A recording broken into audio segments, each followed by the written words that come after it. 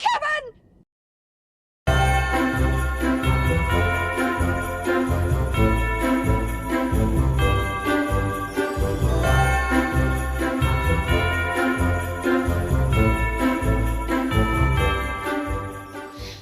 Hello everybody, welcome back to the channel. My name is Kevin, I am a geek.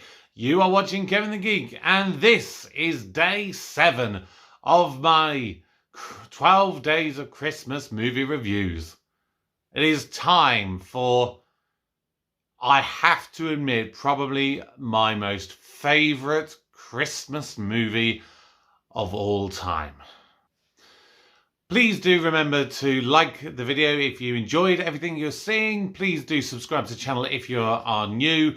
The way everything's been going so recently, it's just been so much support from all of you guys. And I'm loving all of the comments I'm getting on the videos, all of the views, the likes, and all of you wonderful new subscribers. At the time of recording, I'm up to 40 subscribers, which, considering really I started doing proper videos and things really only about a month ago, it's just fantastic. So I send all of my love to all of you, and please do keep joining me and enjoying the content as we go through. But yes, this is my favourite Christmas movie of all time. I watch it every single Christmas Eve. It is a tradition for me. It's, you know, I just love it so much. But I'm going to try to be impartial. I'm going to try to take my love of the movie out of the equation and treat this as fairly as I have all of the others, because pretty much the majority of all the movies that I've done a review for so far in this 12 Days of Christmas, they are first time watches. And I'm going to try and treat this as a first time watch. Now remember, there are 10 different categories in which I use to review a movie. Each one's going to get a score out of 10, which gives us a total score out of 100. And we use that to give what is, in my opinion, the best Christmas movies of all time. So let's get started with category number 1. So the story in of itself is a really interesting concept. You have a massive family. They are going away for Christmas and they accidentally leave their child at home. And it's a case that you don't know what to expect. You don't know how he's going to cope with it. And especially when you set it up that initially Kevin is quite a scared child and he's pretty much scared of everything. But over the course of the movie, he learns to overcome his fears. He learns to appreciate his family more, because there are tensions in the house that can only be understated.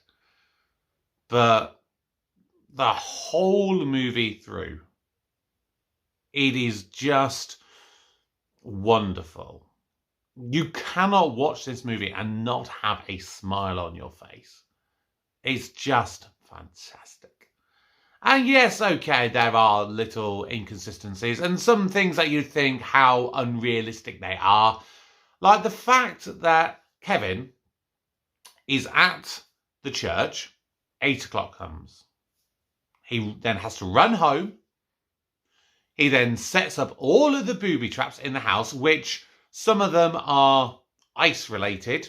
And realistically, would the water have frozen that solidly, that quickly, to make it solid ice that they're going to slip over? That's arguable. But he's got to set up the entire house. And this is a massive house that he sets everything up for. And he does all that from running from the church to sitting down to have his dinner in only an hour. That's a bit unrealistic. And those bandits would have severely traumatized themselves. There are plenty of videos where doctors react to the injuries, and yeah, there's definitely a good case that there's a lot of broken bones and concussions and everything you can think of. But you take that aside, it's just a wonderful story of a child learning to stand on his own 2 feet, learning to overcome his fears, and learning to appreciate his family. It's fantastic. So, the story is scoring 8 out of 10.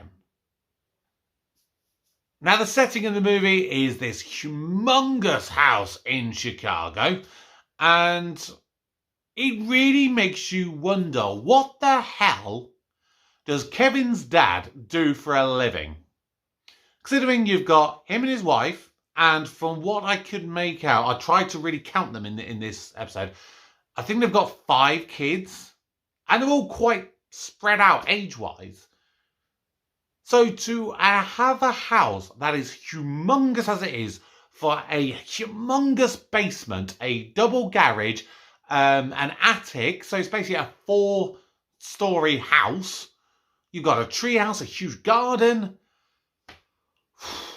He's raking in the big bucks. He really is. But the house, I think, has become as iconic as the movie and the characters and the music just on its own. And that says a lot. You wouldn't necessarily say as overall that the house or the setting is that spectacular, but it's truly an iconic house. So I can't give it full marks, but it's a damn good house. It gives you a lot of opportunities to deal with the plot that they're going on with. So I'm going to score the setting 8 out of 10. When you have a movie where the music is written by the legend that is John Williams. Oh, wow. All the way through, every single piece of music felt so carefully selected. And the instrumentals that was written by John Williams, again, was so carefully thought out. He thinks about every single note, every instrument that plays every single note, how they blend together. And it is a genius level of music, this movie. And surprisingly, the one song that I always thought was written by John Williams was Carol of the Bells. Probably the most iconic piece of music from this movie. And it's just amazing. You cannot give John Williams and his score anything other than 10 out of 10. Now, the Christmas message. It is all about love and family. And they really try to hone in how apart as a family they are at the beginning of the movie. They really try to focus on the fact that Kevin is basically bullied by his brothers and his sisters. He feels ignored, probably somewhat, by his parents because he's the youngest. His aunt, his aunt's, she's nice, but there's loads of kids, She's got her own kids, and then she's got all of her nieces and nephews. But Uncle Frank, particularly, is just horrible to him. Horrible to Kevin. But the moment happens, they get split apart. And the moment they realise it, they all, feel so guilty, so terrible. Well, apart from Uncle Frank. Because the moment of the movie, I think that always springs to my mind, when they're on the plane, and Uncle Frank says, "If it makes you feel any better, I forgot my reading glasses." I mean, that just shows what a character he is and how self-absorbed he is. But then you get all the way through the movie. They're all trying to get back to Kevin. Particularly Kate, his mum. And Kevin is just hoping and dreaming and hoping to get them back. And he's, he just wants to say sorry. Because he misses them. But then you have the whole situation with Old Man Marley. And that heart-to-heart between him and Kevin in the church is just a beautifully written scene. The acting in that scene, particularly from Macaulay Culkin, who of course at the time was, 7, 8, 9 years old? For a young man, he delivered the emotion that you wanted. And then that moment where they all come home again, they all meet up together again. And the joy on everyone's faces. And even Buzz, he comes in. He's like, it's really cool you didn't burn the house down. I mean, not forgetting, of course, at the moment that he goes off screen, he's talking about, like, oh my God, he's going shopping. He can't even tie his shoelaces. As brothers do. But the Christmas message is just wonderful. And scores 10 out of 10. Now, equally, the Christmas cheer. You cannot feel swamped in Christmas cheer all the way through the movie.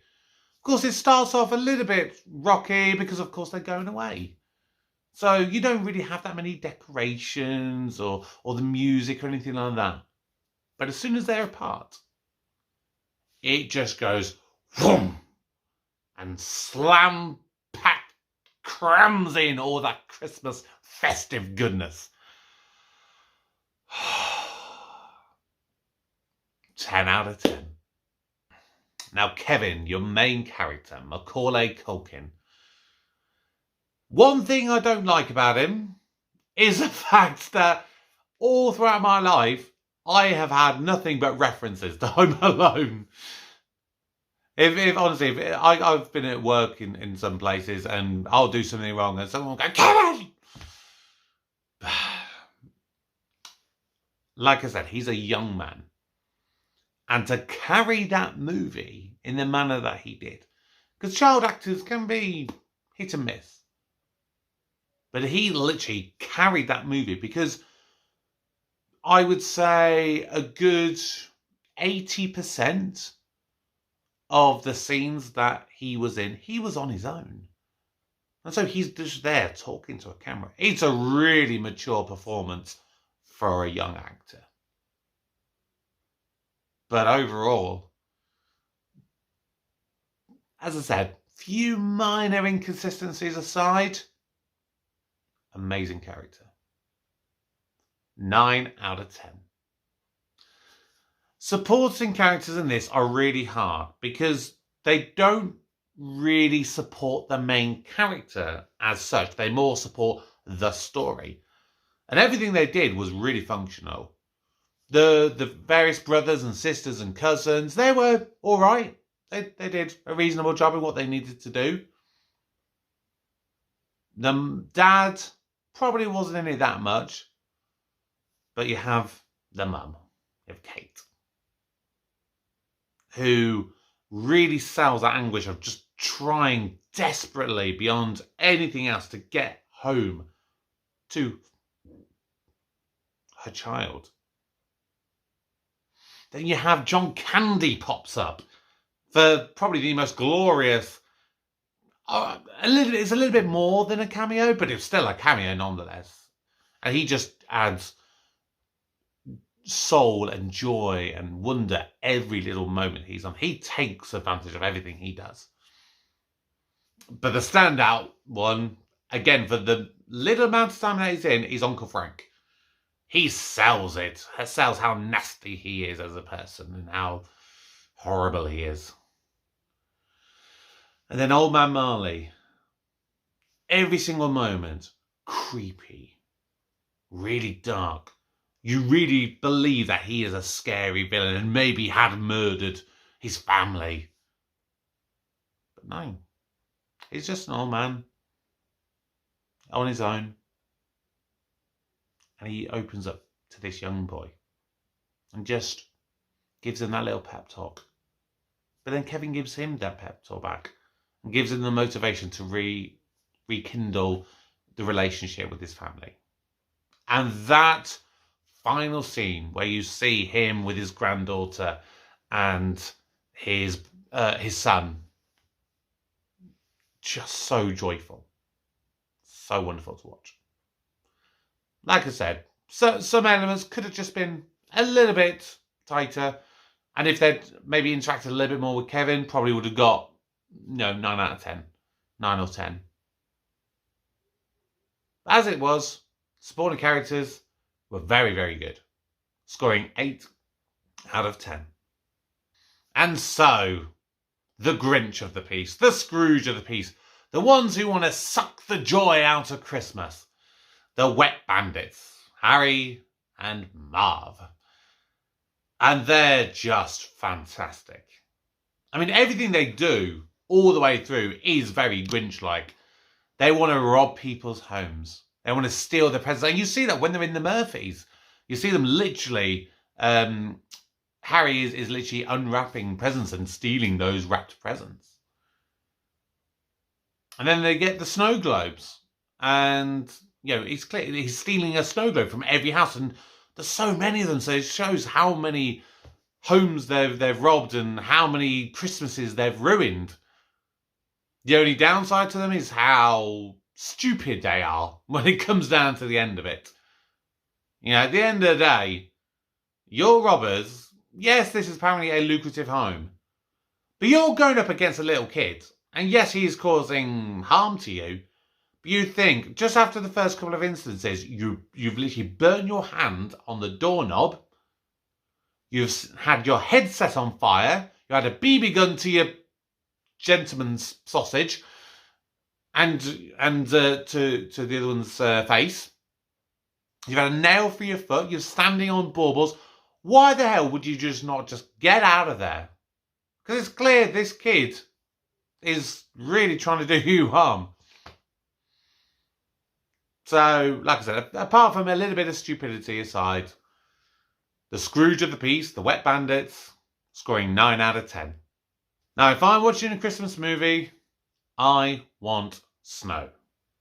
And boy, oh boy, did I have it in abundance. Virtually every outdoor scene you ever saw, you have got snow. And to top it all off, in the scene where Old Man Marley reunites with his family, on Christmas Day, it is snowing. We have got a white Christmas. 10 out of 10. And finally, your Christmas decorations. So the start of the movie doesn't really have that many, but that's believable because they're going away. You have the odd little touches throughout the McAllister household. You have little candles here and there. You've got the flowers, what they call poinsettia, or however they're pronounced. If you know how it's pronounced, let me know. But you've got hardly anything, but they're going away, so they're not going to be there. But you've got all these houses that have automatic house lights. They're full of Christmas decorations. And then your Christmas decorations are used as part of the plot. One, to let the Wet Bandits know that, that they're actually good houses to burgle. But also the way that Kevin uses them very creatively to hamper the Wet Bandits. First, when he's running away from them, and he hides in that lovely kind of Jerusalem nativity scene outside the church. And then, of course, when they go in through the window and literally step on all those Christmas ornaments. And yeah, I don't think he's going to be walking for a little while. But the decorations used so much in this movie and as part of the story as well. So 10 out of 10. So what does this do for the final rankings? Well, Home Alone has scored a whopping 92 points out of 100. That means it is an A++ rated movie. It goes straight to the top of my leaderboard, and by a considerable margin. Now, am I biased a little bit by this being one of my favourite Christmas movies? Maybe. But I have tried to be fair in this review. But the biggest thing that I can say is that this movie is where it is right now for a very good reason. It is, for me personally, one of the most quintessential Christmas movies. It has everything you want, and you can watch it as a young child, a teenager, an adult, grandparent, and every time you watch it, you're going to get something different out of it. At the moment, my little nephew, he's 2 years old. He watches it, and he just giggles. He laughs at all the funny stuff. Probably in the same way that I did when I was a little boy. But as you get older, and you start to listen to the dialogue more, you start to listen to the music, you see it as a whole picture. That just tells you how good of a movie it is. But those are just my thoughts. What do you think? Do you believe that Home Alone is one of the best Christmas movies of all time? Do you think it's too childish and slapstick? Whatever your thoughts are, drop a comment down below. Please do subscribe to the channel if you are new, and join me again tomorrow for my next 12 Days of Christmas movie review. And we've got another classic for another reason. Tomorrow we'll be reviewing The Santa Claus. Thank you so much for watching. Merry Christmas. Goodbye.